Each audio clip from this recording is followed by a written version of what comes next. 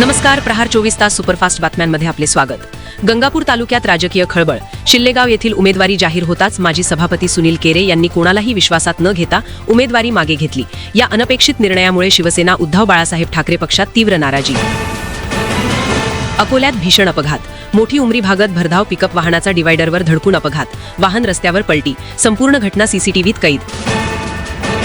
रोहित शेट्टी यांच्या घरावर गोळीबारानंतर खळबळ. बिश्नोई गँगने जबाबदारी घेतल्याचा दावा करणारी पोस्ट सोशल मीडियावर व्हायरल. शुभम लोणकर आरजू बिश्नोई या अकाउंटवरून पोस्ट. नागपुरात धुराचं साम्राज्य. भांडेवाडी डम्पिंग यार्डमधील साचलेल्या कचऱ्याला भीषण आग. अग्निशमन विभागाचे 7 बंब दाखल. सायंकाळपर्यंत आगीवर नियंत्रण. 17 वर्षीय मुलाचा दुर्दैवी मृत्यू. कुटुंबासोबत दर्शनासाठी आलेल्या यश राठोडचा पाण्यात बुडून मृत्यू.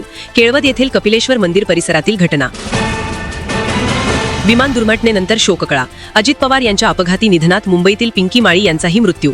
आज रोहित पवार यांनी वरळीतील कुटुंबाची घेतली भेट. धनगर आरक्षणाचा मुद्दा पुन्हा तापणार. 11 तारखेला शिर्डी येथे उच्चस्तरीय बैठक. पुढील आंदोलन थेट मुंबईच्या आझाद मैदानावर होण्याचे संकेत. कोल्हापुरात घरफोडी. वडंगे गावातील दत्तात्रय कॉलनी आणि सासणेमळा परिसरात चोरट्यांचा धुमाकूळ. 2 बंद घरे फोडून 1,70,000चा मुद्देमाल लंपास. भाजपा विरोधात इशारा. धनगर आरक्षण आंदोलनाचे नेते दीपक बोराडे यांचे आवाहन.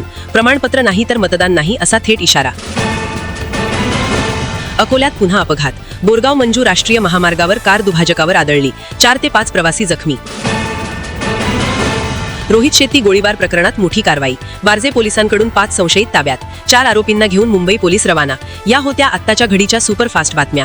अधिक अपडेटसाठी पाहत रहा प्रहार 24 तास.